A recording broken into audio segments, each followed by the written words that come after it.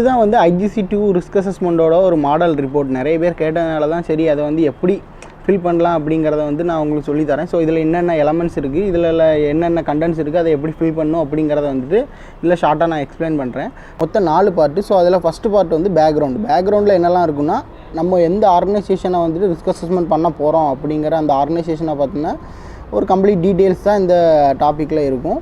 First name of the organisation, அந்த ஆர்கனைசேஷனோட name என்ன, அப்புறம் சைட் லொக்கேஷன், அந்த ஆர்கனைசேஷன் எங்கே லொக்கேட் ஆகிருக்கு, அதோட இடம் எங்கே அப்படிங்கிறத மென்ஷன் பண்ணணும். அடுத்து நம்பர் ஆஃப் ஒர்க்கர்ஸ், அந்த ஆர்கனைசேஷனில் எத்தனை ஒர்க்கர்ஸ் ஒர்க் பண்ணுறாங்க அப்படிங்கிற டீட்டெயில் இருக்கணும். அப்புறம் general description of the organisation, அந்த ஆர்கனைசேஷனை பற்றின ஒரு ஜென்ரல் டிஸ்கிரிப்ஷன், அதாவது வந்துட்டு எத்தனை பேர் அங்கே ஒர்க் பண்ணுறாங்க, அது எங்கே லொக்கேட் ஆகிருக்கு, அங்கே என்ன மாதிரியான ப்ராசஸ் பண்ணுறாங்க அப்படிங்கிறத வந்துட்டு ஒரு ஜென்ரலாக அது ஒரு ஷார்ட் அண்ட் ஸ்வீட்டாக வந்து மொத்த இதையும் வந்துட்டு அந்த ஆர்கனைசேஷனோட மொத்த கண்டனையும் வந்துட்டு ஒரு ஷார்ட் அண்ட் ஸ்வீட்டாக அதில் மென்ஷன் பண்ணணும். அது அந்த ஆர்கனைசேஷனோட டிஸ்கிரிப்ஷன். ஓகே, அடுத்து description of the area included இந்த ரிஸ்க் அசஸ்மெண்ட். நீங்கள் அந்த ஆர்கனைசேஷனில் எந்த பர்டிகுலர் ஏரியாவில் நீங்கள் வந்துட்டு ரிஸ்க் அசஸ்மெண்ட் பண்ண போகிறீங்க அப்படிங்கிறத வந்து அந்த டீட்டெயிலில் கொடுக்கணும். இவ்வளவு டீட்டெயிலையும் வந்து 150 to 200 வேர்ட்ஸ்க்குள்ளே வந்து நீங்கள் அதில் மென்ஷன் பண்ணியிருக்கணும். ஸோ இதுதான் வந்துட்டு பார்ட் 1. 4 பார்ட்டில் 2வது பார்ட் வந்து ரிஸ்க் அசஸ்மெண்ட்.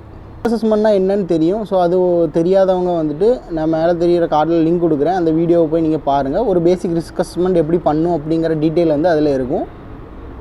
ஸோ ஒரு கேட்டகரி, நம்ம என்ன மாதிரியான ஹசார்ட் பார்க்குறோம் அதோட கேட்டகரி. அடுத்தது who might be harm and how, அவங்க எப்படி வந்துட்டு இது பண்ணுறாங்க, அது எப்படி அப்படிங்கிறத எழுதணும். என்ன மாதிரியான டேஞ்சர் அவங்களுக்கு வருது, அது எப்படி அப்படிங்கிறத எழுதணும். What are you doing already, இதுக்கு முன்னாடி நம்ம அந்த ஹசார்ட் வரதுக்கு முன்னாடி நம்ம பண்ணி வச்ச கண்ட்ரோல் மெஷர் என்ன அப்படிங்கிறத எழுதணும். அடுத்து what further controls and action required, அதாவது இனிமே இந்த இது நடக்காமல் இருக்கிறதுக்கு என்ன மாதிரியான கண்ட்ரோல் மெஷர் நம்ம இம்ப்ளிமெண்ட் பண்ணணும் அப்படிங்கிறத எழுதணும். அடுத்து டைம் ஸ்கேல், இந்த கண்ட்ரோல் மெஷரை வந்து கொடுக்கறதுக்கான டைம் ஸ்கேல் எவ்வளவு அப்படிங்கிறதையும் வந்துட்டு ஃபர்தர் ஆக்ஷன்ஸ் கொடுக்க டைம் ஸ்கேல் எவ்வளோ வேணும் அப்படிங்கிறதையும் மென்ஷன் பண்ணணும். அடுத்தது ரெஸ்பான்சிபிள் பர்சன் ஜாப் டைட்டில், அதாவது இந்த நீங்கள் பார்த்த இடத்துல உள்ள அந்த ஹசார்ட் நடந்த இடத்துல உள்ள ரெஸ்பான்சிபிள் பர்சன் யார், அவங்க தான் இதுமே அந்த ஹசார்ட்டை ரெக்டிஃபை பண்ணணும். ஸோ அந்த பர்சன் யார் அப்படிங்கிறதையும் அந்த இதில் மென்ஷன் பண்ணணும். ஸோ இந்த 6 காலமில் தான் வந்துட்டு நம்ம ஹசார்ட்ஸ் நம்ம மென்ஷன் பண்ணணும். ஓகே, ஃபஸ்ட்டு என்ன பண்ணணும்னா ஹசார்டோட கேட்டகரி, என்ன மாதிரியான ஹசார்ட் அதோட கேட்டகரி, அப்புறம் who might be harm and how, யார் வந்து பாதிக்கப்பட்டாங்க எப்படி, அடுத்தது வந்துட்டு what are you doing already, அதாவது இதுக்கு முன்னாடி நீங்கள் இந்த ஆக்சிடென்ட் நடக்கிறதுக்கு முன்னாடி, அதாவது இந்த ஹசார்டு வரதுக்கு முன்னாடி நீங்கள் பண்ண கண்ட்ரோல் மெஷர். அடுத்து what further controls and action, இனிமேல் இந்த ஹசார்டு வந்து வராமல் இருக்கிறதுக்காக நீங்கள் கொடுக்கக்கூடிய வந்து கண்ட்ரோல் மெஷர் என்ன, அதுக்கடுத்து வந்து டைம் ஸ்கேல்ஸ், அதாவது இந்த கண்ட்ரோல் ஆக்ஷன்ஸை வந்துட்டு இம்ப்ளிமெண்ட் பண்ணுறதுக்கு எவ்வளவு டைம் ஸ்கேல், எவ்வளவு டைம் டியூரேஷன் எடுக்கும் அப்படிங்கிறதையும் எழுதணும். அடுத்து ரெஸ்பான்சிபிள் ஜாப் டைட்டில், அதாவது இந்த இவ்வளவு நடந்ததுக்கு வந்துட்டு யார் ரெஸ்பான்சிபிள், யாரோட சைட்டில் வந்து இது நடந்துச்சோ அந்த ரெஸ்பான்சிபிள் பர்சன் நேம், இதையும் வந்துட்டு நம்ம மென்ஷன் பண்ணணும். மொத்தம் டோட்டலாக வந்துட்டு 10 ஹசார்டு எழுதணும். அந்த 10 ஹசார்டுக்கும் நம்ம வந்துட்டு risk control measure plus time scale இது அவ்வளோத்தையுமே மென்ஷன் பண்ணணும். ஒவ்வொரு டாப்பிக்லேயும் இருந்து வந்து 2 ஹசார்டு எழுதணும். இப்போ வந்துட்டு ஒர்க் அட் ஹைட் அப்படின்னு இருக்குன்னா அந்த ஒர்க் அட் ஹைட்டில் 2 ஹசார்டு எழுதணும். ஸோ இந்த மாதிரி 10 ஹசார்டு அதில் மென்ஷன் பண்ணணும்.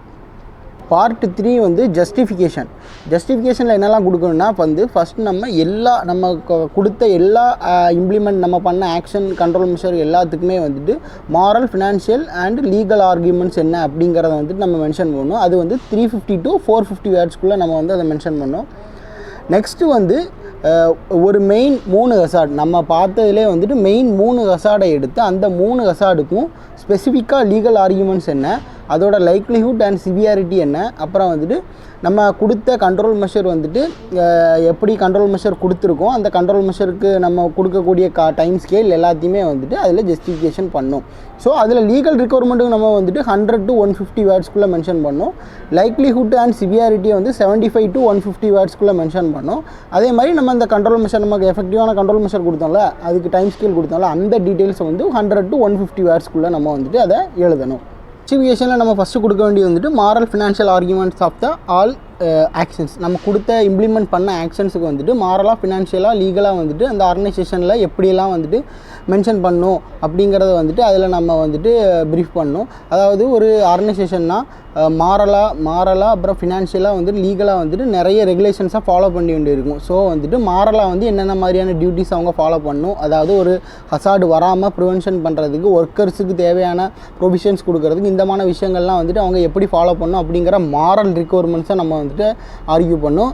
செகண்ட் வந்துட்டு ஃபினான்ஷியலாக வந்துட்டு காஸ்ட்டு ஒவ்வொரு ஆர்கனைசேஷன் நடத்துறதுக்கு வந்துட்டு சம் காஸ்ட் வந்து டைரக்ட் அண்ட் இன்டைரக்டாக வந்துட்டு நிறைய காஸ்ட் வந்து செலவாகும். ஸோ அதெல்லாம் என்ன அப்படிங்கிறத வந்துட்டு ஃபினான்ஷியலில் வந்து ஒரு ஷார்ட் அண்ட் ஸ்வீட்டாக வந்துட்டு மென்ஷன் பண்ணணும். அதே மாதிரி லீகல், அது அந்த கம்பெனியோட லீகல் ரிக்வயர்மெண்ட்ஸ், அதாவது வந்துட்டு ILO அந்த மாதிரி விஷயங்கள், அப்புறம் வந்துட்டு சிவில் கிளைம்ஸு, இந்த மாதிரி கவர்மெண்ட் செக்டாரில் நம்ம வந்துட்டு கம்பெனியோட இது பண்ணும்போது அவங்க கொடுக்கக்கூடிய சம் ரெகுலேஷன்ஸ் இதெல்லாம் ஃபாலோ பண்ணியிருக்கா அப்படிங்கிறதையும் வந்துட்டு அதில் மென்ஷன் பண்ணணும். ஸோ இதுதான் வந்துட்டு moral, financial, legal argument. So அந்த ஆக்ஷன் நம்ம கொடுத்த ஆக்ஷனுக்கான எல்லாத்தையுமே வந்துட்டு இந்த 3 அடிப்படையில் தான் நம்ம வந்து கொடுக்கணும். மாரல், ஃபினான்ஷியல் அண்டு லீகல், இந்த 3 ரிலேட்டடாக அடிப்படையில் தான் கொடுக்கணும். ஸோ சம் ரெகுலேஷன்ஸை வந்து அந்த கம்பெனி ஃபாலோ பண்ணுவாங்க, அந்த ஆர்கனைசேஷன். ஸோ அது ரிலேட்டடாக தான் நம்மளும் வந்துட்டு அந்த ஜஸ்டிஃபிகேஷனும் கொடுக்கணும். மாரலாக, ஃபினான்ஷியலாக வந்து என்னென்ன ஆர்கியூமெண்ட்ஸ் பண்ணோம் அப்படிங்கிறத சொன்னோம். ஸோ அது வந்து எல்லா ஆக்ஷனுக்கும் நம்ம கொடுக்கக்கூடிய எல்லா ஆக்ஷனுமே வந்துட்டு அது ரிலேட்டடாக தான் நம்ம வந்து ஃபாலோ பண்ணி கொடுக்கணும்.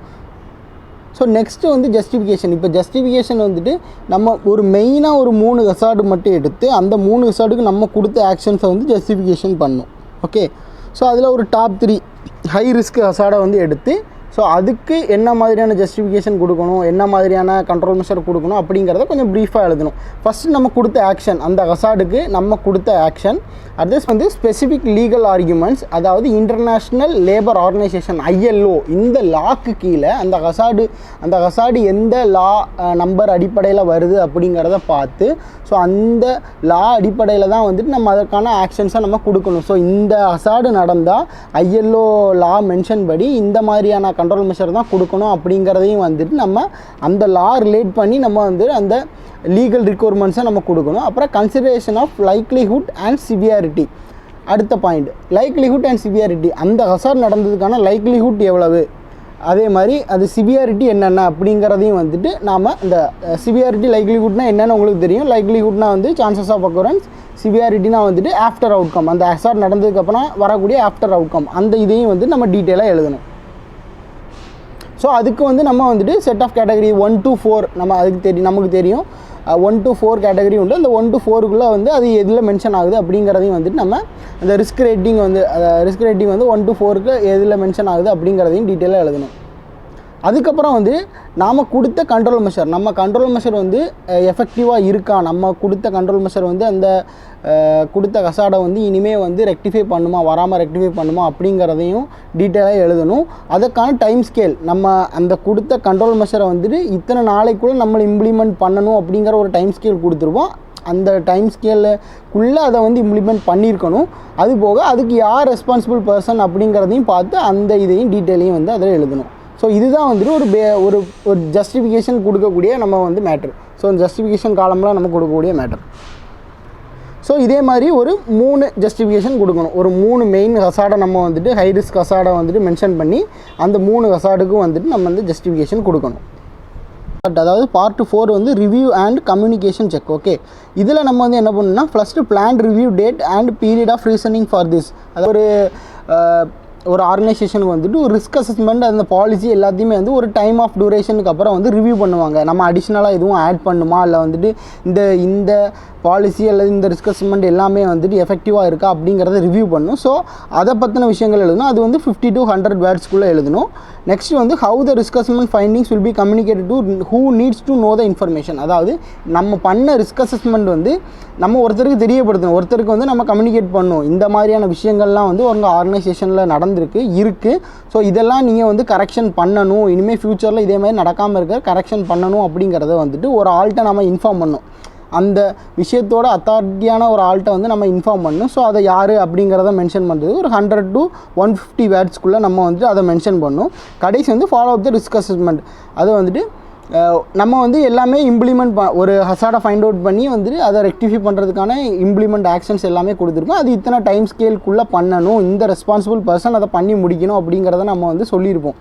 ஸோ அதுக்கு நம்ம டைம் ஸ்கேல் கொடுத்துருப்போம். அந்த டைம் ஸ்கேலுக்குள்ளே அவங்க முடிச்சிருக்காங்களா இல்லையா அப்படிங்கிறத வெரிஃபை பண்ணுறத நம்ம ஃபாலோ பண்ணால் மட்டும்தான் தெரியும்.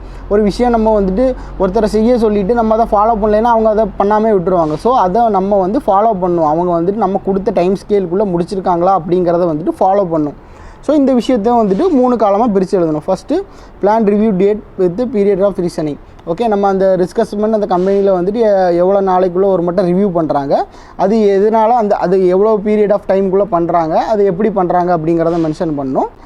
ரிஸ்க் அசஸ்மெண்ட் ஃபைண்டிங் நம்ம இந்த ஒரு 10 ஃபைண்டிங் பண்ணோம், ஒரு 10 ஹசார்ட்டை நம்ம ஃபைண்ட் அவுட் பண்ணோம். ஸோ அதை பற்றின விஷயத்தை யார்கிட்ட கம்யூனிகேட் பண்ணணும், இந்த மாதிரியான ஹசார்ட்ஸ்லாம் நடந்திருக்கு, ஸோ இதுக்கு இந்த மாதிரியான கண்ட்ரோல் மெஷர் கொடுத்துருக்கேன் அப்படிங்கிறத வந்துட்டு அந்த இதில் யார் வந்து அத்தாரிட்டியாக இருக்காங்களோ அவங்களுக்கு நம்ம வந்துட்டு இன்ஃபார்ம் பண்ணணும்.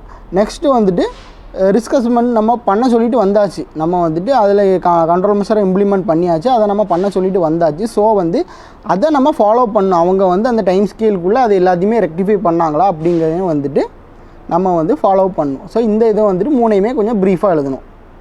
இவ்வளோ தான் வந்துட்டு பார்ட் 4. இதுதான் வந்துட்டு IGC 2ஓட ரிஸ்க் அசஸ்மெண்ட்டோட ஒரு சின்ன எக்ஸாம்பிள். ஸோ எப்படி ஃபில்லப் பண்ணணும், அதில் என்னென்ன பார்ட் இருக்குது அப்படிங்கிறது வந்து டீட்டெயிலாக எக்ஸ்பிளைன் பண்ணியிருக்கேன். ஸோ உங்களுக்கு இதில் வேறு எதுவும் டவுட்ஸ் இருந்துச்சுன்னா மறக்காமல் கமெண்ட் பாக்ஸில் கமெண்ட் பண்ணுங்கள். IGC 2 பண்ண போகிறாங்க, IGC படிக்க போகிறாங்க, நிபோஸ் படிக்க போகிறாங்கன்னா அந்த ஃப்ரெண்ட்ஸோட வந்து நம்ம வீடியோஸை ஷேர் பண்ணுங்கள், அவங்களும் வந்துட்டு அவங்களுக்கு யூஸ்ஃபுல்லாக இருக்கும். ஸோ இந்த வீடியோ பிடிச்சிச்சுன்னா மறக்காமல் ஒரு லைக் பண்ணுங்கள், ஷேர் பண்ணுங்கள், மறக்காமல் நம்ம சேனலை சப்ஸ்கிரைப் பண்ணுங்கள். Okay, always safety first, be the best.